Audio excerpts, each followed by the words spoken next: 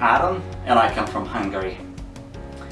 I work as a senior trainer for Haystack Solutions in Poland. And today's workshop is about how you should prepare for online job interviews.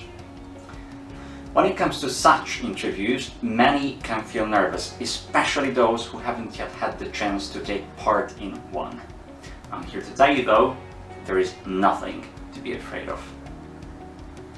Why? Because you see, whether it's a face-to-face or a video interview, the goal of the person who conducts it is always the same. They just want to get to know you better, they want you to be the right person for the job, and simply speaking, they just want it to go well. What you are trying to figure out at the same time is what the company is like, meaning finding out more about their culture, what kind of people work there, and of course, you also want to present yourself the best way you can. So really, the only thing that has changed is the form of the interview and the tools that are being used. And that said, there's only one thing that you should focus on, which is how you should prepare to get it right.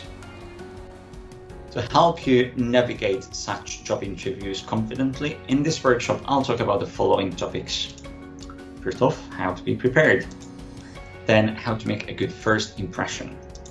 After that, some common questions to expect as well as how to respond to them. Some common mistakes to avoid.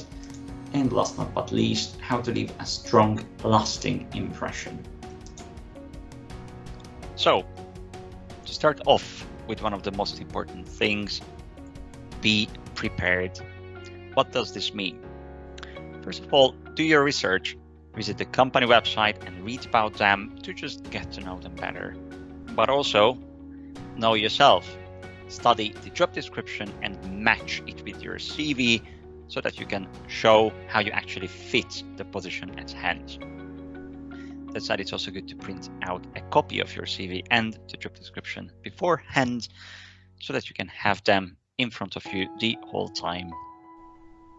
Next, know who it is that you're meeting. So perhaps you can check their LinkedIn profile before the call and just read about them a bit so that you can find, a common ground before you meet them. And what's the most important, I believe, is for you to have a clear mind. So have some fun on the day before, meaning go for a short walk, read a good book, anything that works for you, and then go to bed perhaps a bit earlier and just rest. So just switch off your electronic devices and simply put relax, and that's it. Now, moving on to the next point, there are also a few technical considerations that you should keep in mind to make sure that the interview starts well. And this in turn, and I can promise you this, will calm your nerves. So, first of all, make sure that your desk is clean and you do not have any disruptions in your background because, well, remember that you're basically inviting the interviewer in your home. What does that mean? Technically speaking, you do not want walking flatmates, playing kids, pets, or any noise from the street to, simply put, disrupt the interview. And then whether it's a lamp or natural daylight from the outside, you also want to make sure that the room is well lit. Secondly, you may want to test all your devices, accessories, and software so that you're comfortable with the application that you'll be using. You can even try it out with your friends or colleagues to just make sure that it works and that you know how to operate it. And it does not matter if you use your phone, laptop, or PC, but make sure that you've got enough charge on it. Also, and again, that's an important one, make sure that your internet connection is strong and that everyone is off the Wi-Fi. Because if the router works well, then in return, you'll be able to focus on what matters without any disruptions or delays. And that said, it's also good to, of course, close down and turn off all other applications that you won't need. And before the call, just don't forget to mute your phone. Now, during this type of interviews, you're not going to walk through the front door and shake hands with the other person. Therefore, you have to make a good first impression in another way. Let's see how you can do that.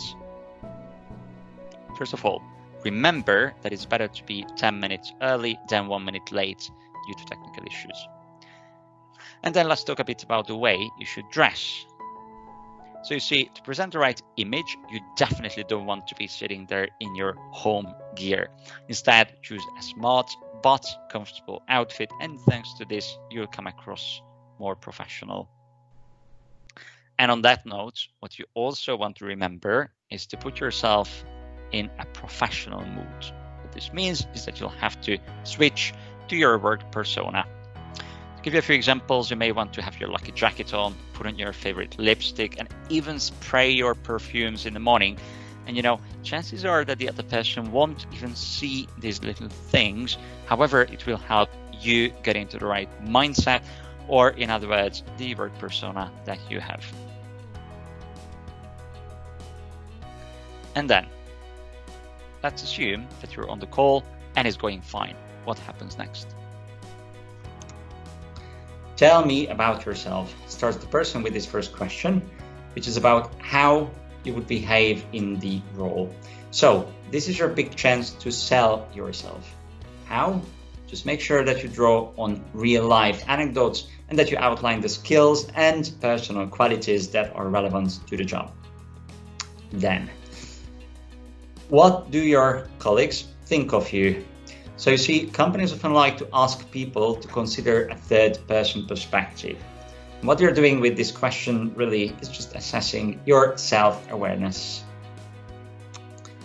Next, why do you want the job? Here, they want to see that you've considered working in this job for the particular company. So with your response, just make it clear that you have researched both. Then, another popular question is, what are your weaknesses?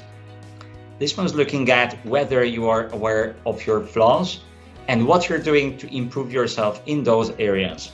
So the proper response with this one is just to point out a couple of such where you may need training or development. Of course, it's best to choose areas that are less crucial to the job and not name anything that was listed as a must-have. Last but not least, where do you see yourself in 5 years' time? So with this one, what they're looking for is realistic ambition that hangs together. And I believe it's even okay to say that you want the interviewer's job if that's a realistic aim. So, to bring it all together, just remember, it all comes down to how you prepare and practice. The more you practice, the easier it will be to respond to those questions. And obviously, do not forget that your friends and the people you're close to can even give you honest feedback about how you're coming across. That said, we also want to talk a bit more about how you should respond to questions in general. So first, I can't say this enough, relax. To put in the right mindset for this, you can just imagine that you're having a conversation with someone that you actually know. And then second, listen. And now, I know this one sounds easy, but you see what happens usually is that sometimes people get so caught up in either their feelings or in what they should say that they simply do not listen to the question itself as much as they should. So with this one, I guess try slowing down the pace itself, which will help you hear the questions and then respond the right way.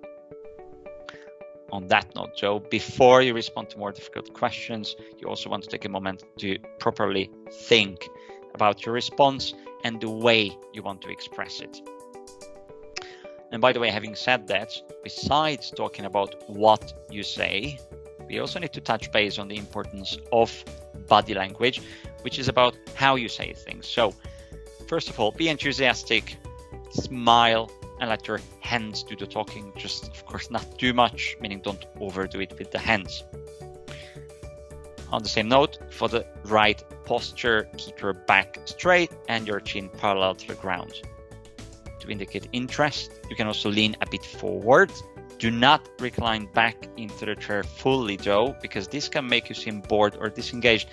And also you may want to avoid crossing your arms because it indicates defensiveness and nerves. Well, you know, what you're trying to convey, in fact, is confidence. And then, last but not least, connect with each of them. It's just whilst in a face-to-face scenario, you would do this through eye contact with all of them. During video conferences, they may not be together in the same place.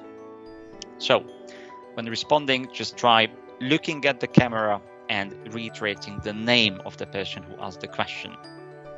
With this, you can not only show that you remember their name and that you listened, but you can also make a more personal contact.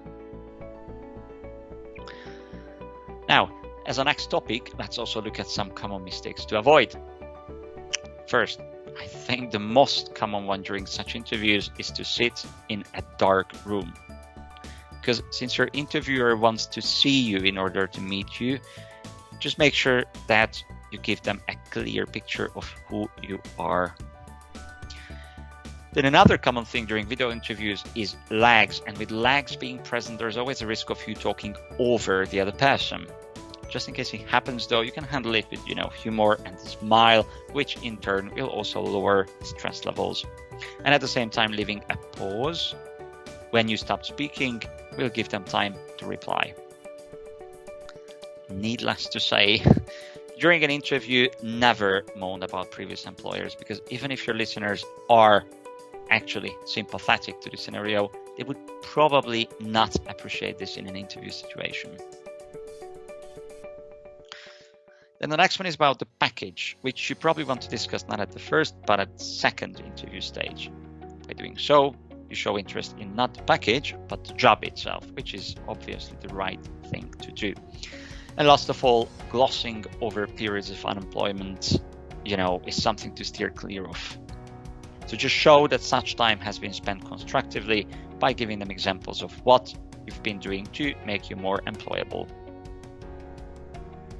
And then finally, having come as far as discussing how you can make a good first impression, how you should respond to some common questions, as well as what common mistakes you want to avoid, for a successful finish, let us now look at how you can leave a strong, lasting impression.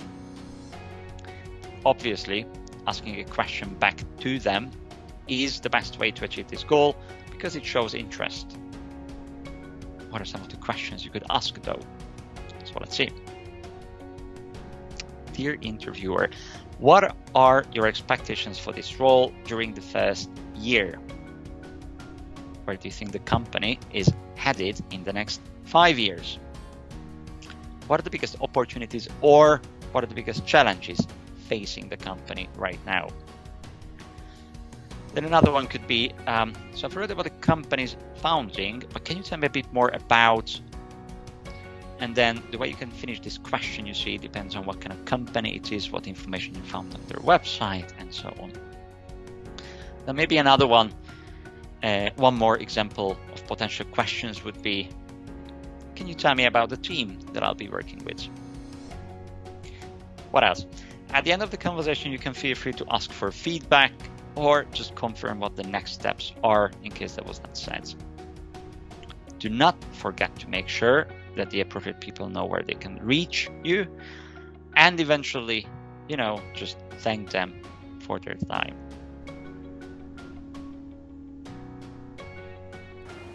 And now, since this brings us to the end of today's video, I'd like to thank you for watching and just say that we hope you enjoyed the content. For the future, if you'd like to see more of such videos or if you have any questions, please do not hesitate to leave your comments under this video. Thank you and wishing you a nice rest of the day.